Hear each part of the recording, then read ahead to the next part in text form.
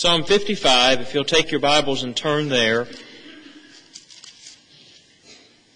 Tonight we want to talk about betrayal and how to handle betrayal.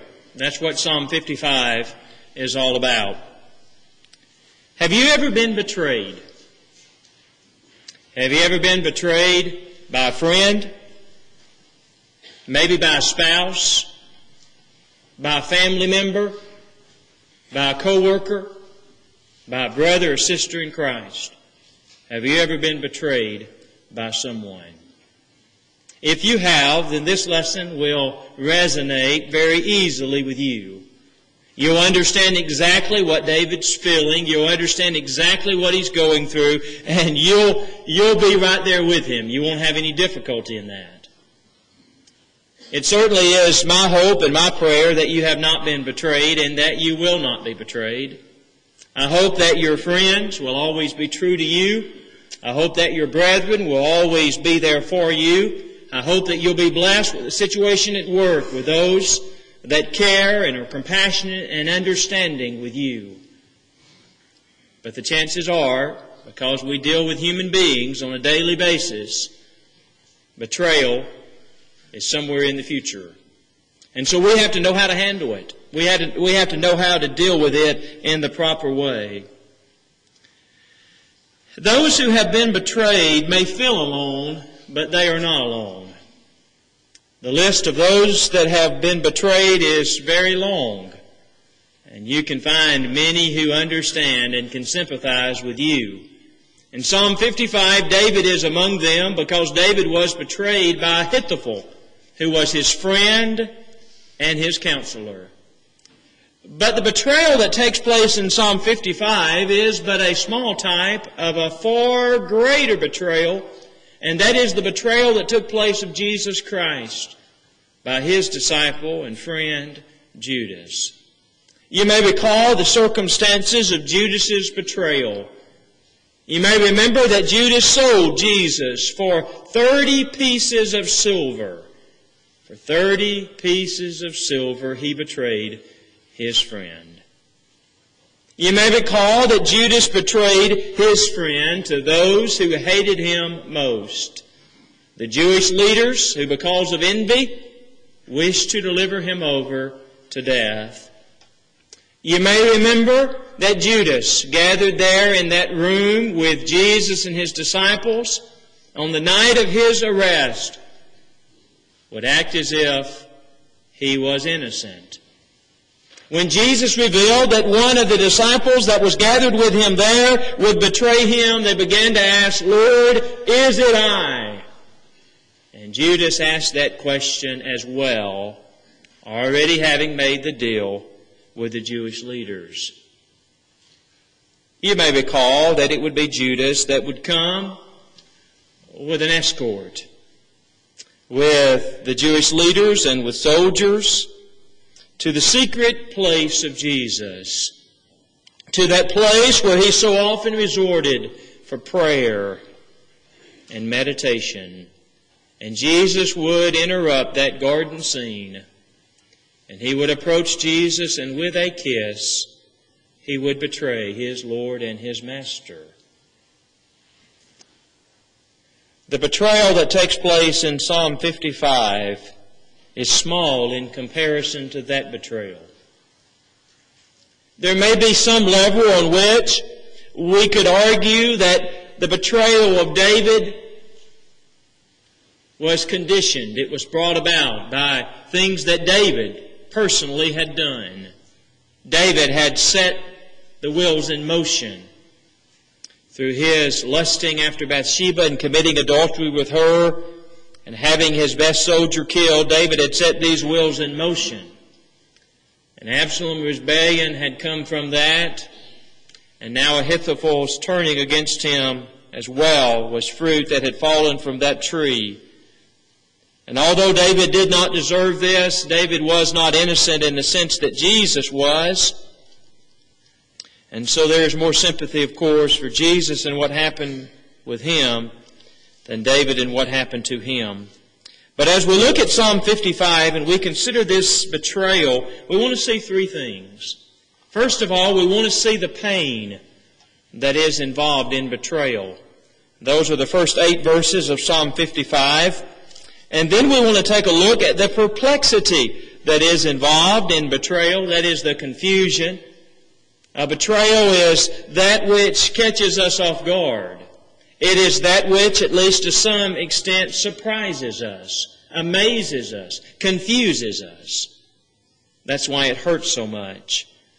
And then we want to see the prescription for betrayal. And those will be the last verses of this chapter, beginning in verse 16 down through verse 23. And we'll spend the bulk of our time on that part of our discussion. But let's start out by talking about the pain of betrayal. Now, those of you who have been betrayed, you won't have any difficulty in relating to this pain. It will be something that will be very real for you. In fact, David will capture it well, and you'll understand it. He begins in verse 1, he says, "Give ear to my prayer, O God, and hide not thyself from my supplication." He's asking God to hear, and he's asking God not to hide. Among the Jews, there were times when someone would be in distress and a fellow Jew would duck his head and walk away. He would hide his face. He would act as if he didn't see the calamity that person was in. He would refuse to help. And so that's what it came to mean. Hide your face. You may recall the story that Jesus told of the Good Samaritan and of the man who had been robbed. And you remember the 2 Jews represented in that story and how that they did not offer any assistance to that man, but they simply passed by and went on their way. They hid their face from him. They acted as if they did not know or did not care about what had happened to him. And David does not want God to be that way with him. Perhaps there were others in his life that fell in that category. He says, "Attend unto me and hear me." There's the Good Samaritan again. I'm wounded. I'm hurt. I need someone to stop and help me and check on me and mend me back to health. He says, "I mourn in my complaint and make a noise." I mourn. He's grieved to the depths of his soul over what's happened to him, over the betrayal that has taken place. He's making his complaint to the only person that will listen to his complaint. Where else could he go?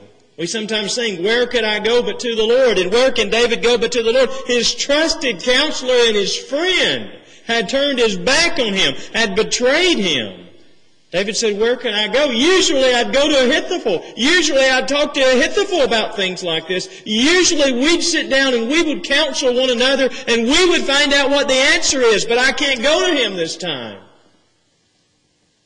And he fled to God for help, for refuge, for counsel. And notice he says, "I make a noise."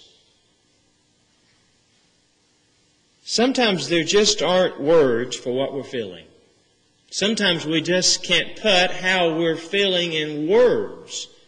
And so we moan and we groan and we try to get out the pain that we're feeling, but we really can't find words to express it. You might want to go to Romans chapter 8 for just a minute. This is an oft misunderstood passage, and I'm not claiming any super understanding of it. But in Romans chapter 8 and verse 26, Paul there talks about the fact that there are times when we don't know how to express what we feel and the pain that we're experiencing. He says in verse 26, "Likewise the Spirit also helpeth our infirmities, for we know not what we should pray for as we ought.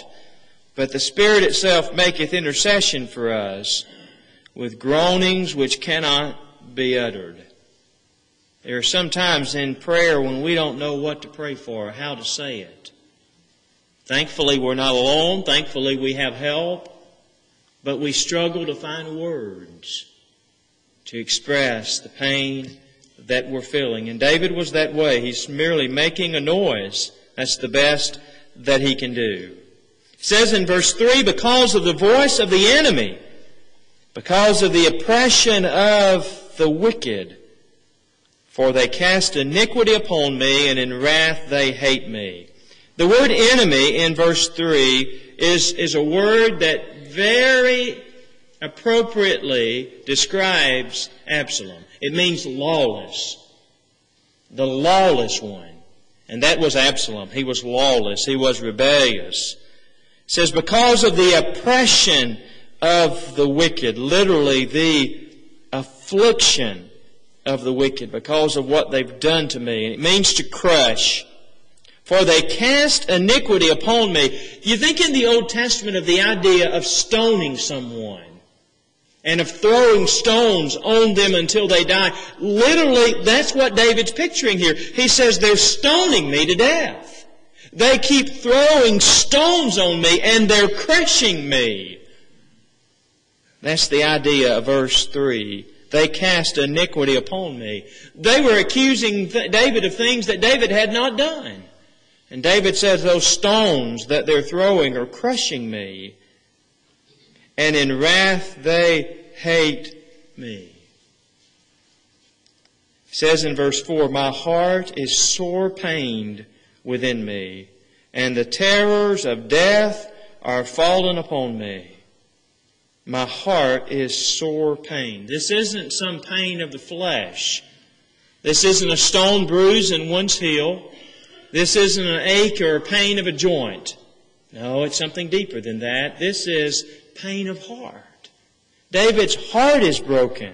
Here's one that he had trusted in, been close to, and he had been betrayed. It says in verse 5, fearfulness and trembling are come upon me, and horror hath overwhelmed me. He's fearful in a way he's never been fearful before. He's trembling. Because here's a person who knows everything about him. Here's a person who knows everything. Here's an enemy that knows how to attack him. Here's an enemy that knows exactly what his weaknesses are. And it's one thing to face an enemy that does not know you. It's another thing to face an enemy that knows everything about you. And Ahithophel knew everything about David. Knew what David would do in any given circumstance. Knew what David's reaction would be. Knew what David's weaknesses were. Knew everything. He knew all the dirt on David.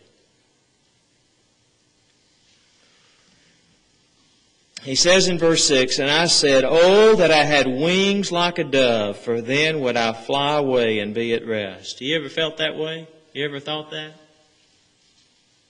Just like to get on a bus and ride as far as I could ride. You ever felt that way? You ever felt like just running away and saying, I'm not dealing with this. I'm leaving town. This will be for somebody else to deal with. Well, we all feel that way, perhaps at times. David felt that way. David said, I wish I had the wings of a dove. I'd just fly away from all of this.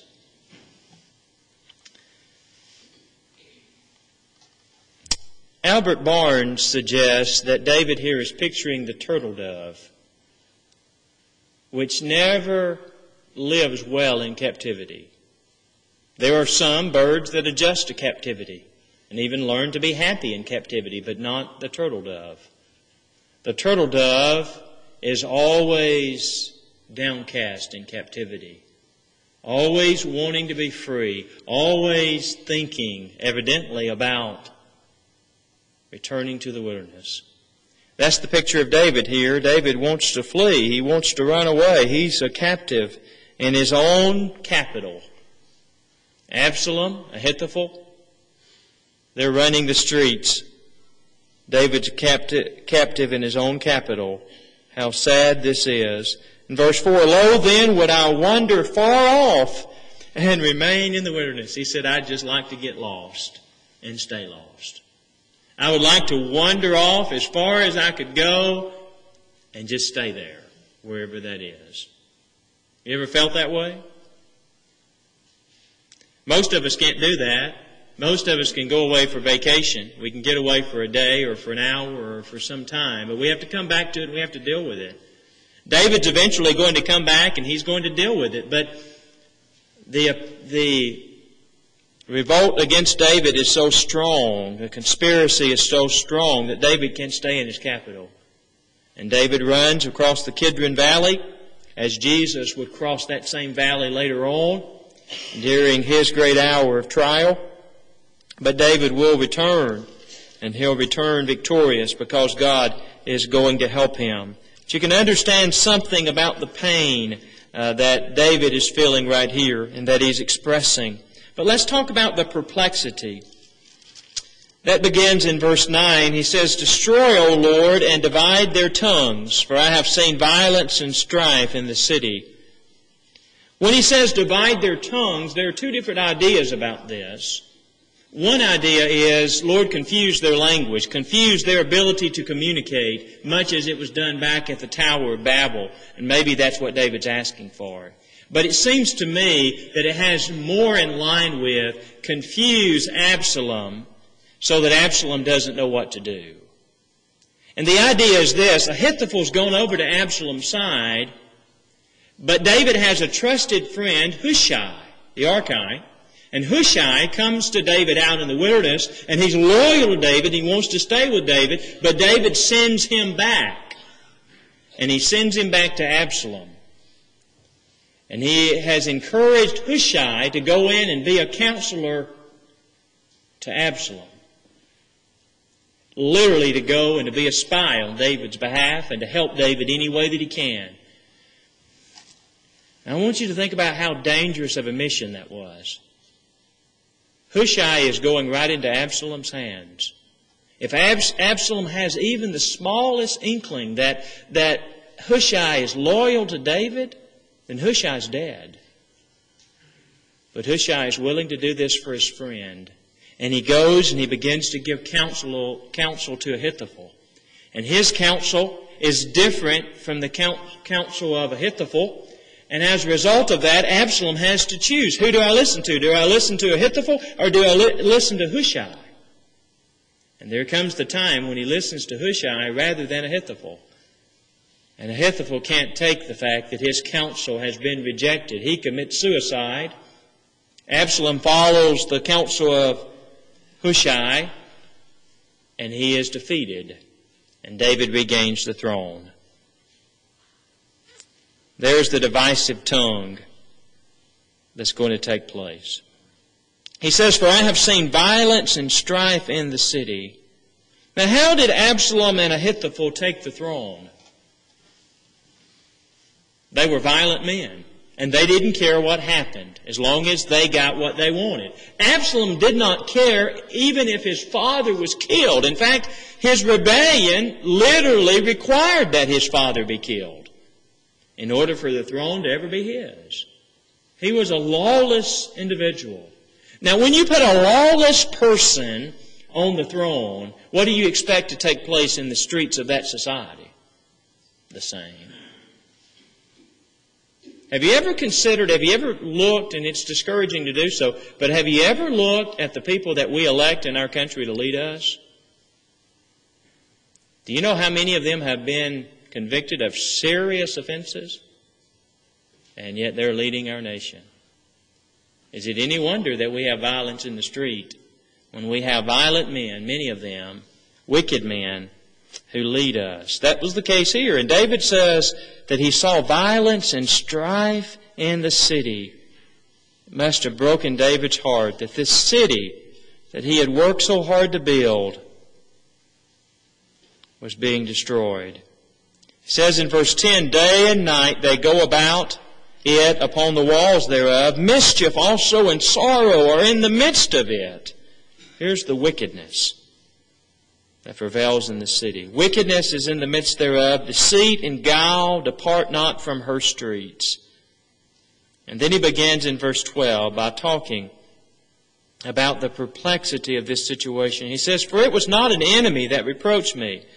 Then could I have borne it. Neither was it he that hated me, that did magnify himself against me. Then I would have hid myself from him." He said, I could have understood it. If it was an enemy that did this, I could have understood it if it was someone that hated me that did this. It wouldn't have hurt so much if it had been someone who was an enemy that rose up against me. The reason why it was so painful is because it was one who was a friend. He says in verse 13, "But it was thou, a man mine equal, my guide, and mine acquaintance. We took sweet counsel together, and walked unto the house of God in company." He said, it was thou, it was you. If it had been anybody else, it wouldn't have hurt so much. But it was my counselor. It was my friend. He talks about him and he uses this word, mine equal. Literally, we were of the same rank. Usually for an individual to be at the same rank, they have to ascribe to the same honor system. They have to do the same things and they have to do them in the right way in order to be at the same level. And David had always felt as if Ahithophel was an equal with him. He was on the same level. He had the same morality about him. He had the same ideals about him. He had the same character in him. He felt that way about him. He says, mine equal, my guide. I've trusted in your guidance. I've followed your guidance. Mine acquaintance, that is more than just an acquaintance in the sense that we use it. It means one with whom you're extremely familiar. One that you're at ease with. Go to Psalm 41 and verse 9 and you'll see exactly what David means by acquaintance. He says, "Yea, mine own familiar friend, in whom I trusted, which did eat of my bread, hath lifted up his heel against me." He says he's my friend, he's my familiar friend. He isn't just a friend, he's my best friend. He's the friend that knows all about me. He's the friend in whom I put my trust. He's the friend which did eat of my bread. Heard a person on tape the other day, and they were talking about the fact that they have dining room furniture. But when their friends come over, they don't use the dining room furniture. They grab their plates and they go in the den and they sit down, and that's where they eat. Why? Because they're familiar. They're comfortable with one another. People you're not comfortable with, perhaps, you gather around a dining room table and sit down with them, and you get out the fancy dishes and you do all of that. Nothing wrong with that. There's a time and a place for that. But at some point you get to the level to where you don't care if they come over to your house and your house is a little bit messy. Why? Because there's a familiarity with those people. You've been in their house when it's that way too. You share some things in common that override other things. You don't have to get all dressed up when they come over. You can wear your old sweatpants and sweatshirt. You're comfortable with them. Well, David says that about his friend. He says, he was my familiar friend, and he ate of my bread, but he lifted up his heel against me. The lifting up the heel, and we've talked about it before because Jesus refers to it in John 13, it refers to the kick of a horse. You ever been kicked by a horse? Knock your breath out. And if you knew the horse was going to kick, you would have moved. You wouldn't have been there. So it's unexpected and it's brutal.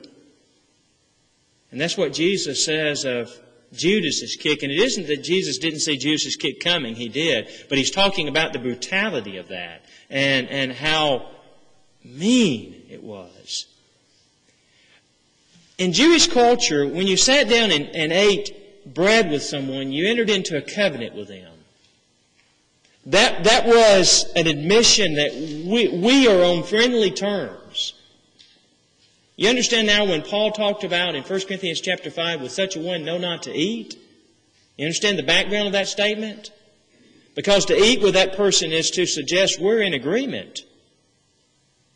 And Paul says you can't be in agreement with this brother.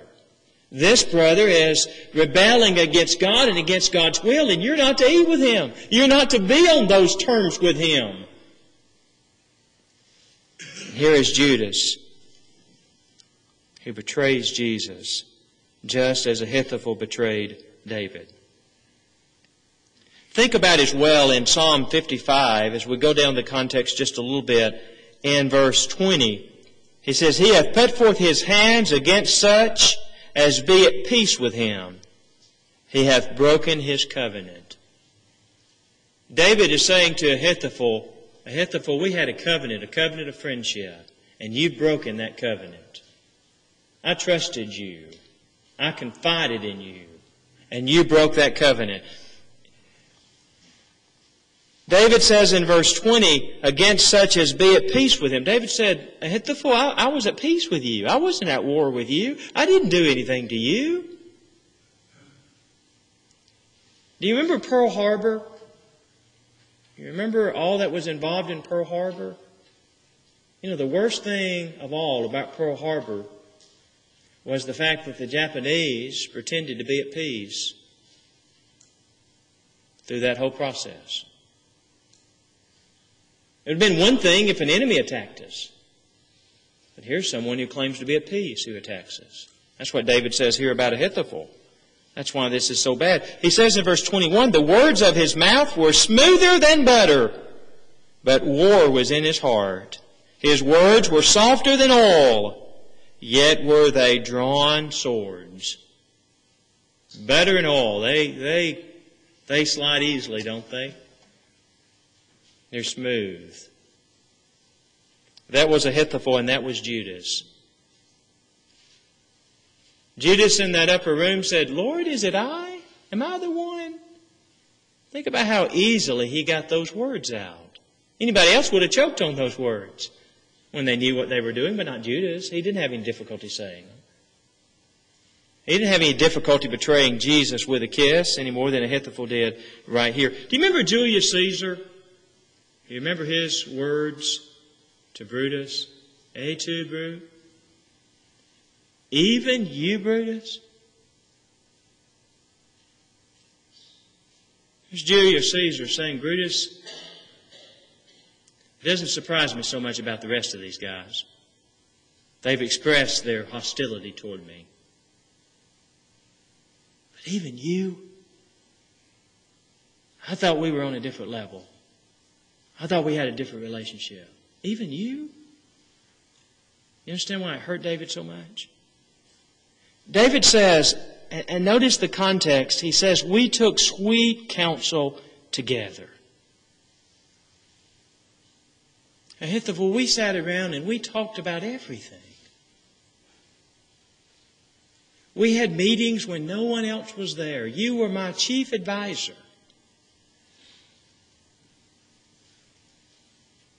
And then the worst of all is this last part of the verse. And walked into the house of God in company. See, we walked to church together, Ahithophel. We entered in to worship the same God. We sat on the same pew, Ahithophel. And you've betrayed me. There are betrayals in life that hurt. But for those of us who are Christians, it's hard to imagine a harder betrayal than a brother or sister in Christ. And you understand sometimes why it's so hard for brethren to come back together and why it's so hard for congregations to heal. When you understand how deep that wound is, when two who have come to worship together, one of those two betray the other. That is the perplexity involved in this. Maya Angelou said this, the thorn from the bush one has planted, nourished and pruned, pricks more deeply and draws more blood. And a familiar friend certainly falls in that category. Let's talk about the prescription. We don't have a long time. I said we'd spend most time on this, and we may end up spending the least, but let's talk about the prescription beginning in verse 16. He says, as for me, I will call upon God and the Lord shall save me. As for me, I love those words because David has just told us about what Ahithophel did and what Absalom did. But now he says, here's what I'm going to do. You remember Joshua in Joshua 24 and verse 15, as for me and my house. You're going to have to make your choice what you're going to do, but here's what I'm going to do. Many other passages in the Bible, 1 Samuel 12 and verse 23, we have that regarding Samuel, where Samuel says, as for me, here's what I'm going to do. Now the nation will have to decide what they're going to do. Someone has wisely said that we cannot always control what happens to us, but we can control what our reaction will be. David couldn't control what Ahithophel did to him, but he could control what his reaction would be. And so here's his reaction. We have to control our reactions to things. First of all, he said, I will call, in verse 16. Throughout the psalm, we have him calling out to God. We have him praying and asking God for help. And in verse 17, we're told that he did that evening and morning and at noon. Literally, he prayed and he prayed and then he prayed some more. It is the praying without ceasing that's commanded of us in 1 Thessalonians 5 and verse 17. You may want to go back up to verse 10. You see what they were doing day and night. While they were doing that, here's what David was doing. Day and night he was praying. Day and night they were plotting. Day and night he was praying. There's the contrast between the two. But in the second place, David says, I will count. Notice in verse 18, He hath delivered my soul in peace from the battle that was against me, for there were many with me. Now, when we've been betrayed, what is the most natural reaction to betrayal? Everyone is against me. I don't have anyone. That was a natural reaction, but David wouldn't take that reaction. David said, there are many with me. David counted his friends.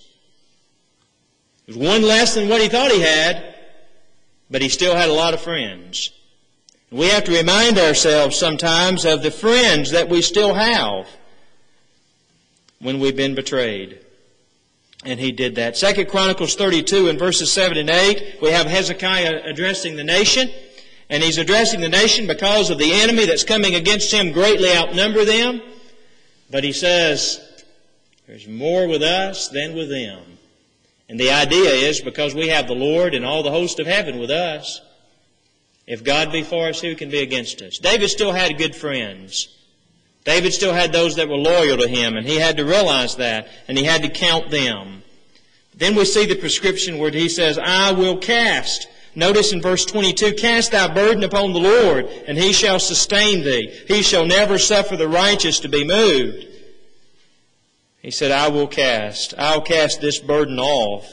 He is committing judgment to the Lord. In verse 23, he says, but thou, O God, shalt bring them down into the pit of destruction. Do you remember what Paul said in Romans 12?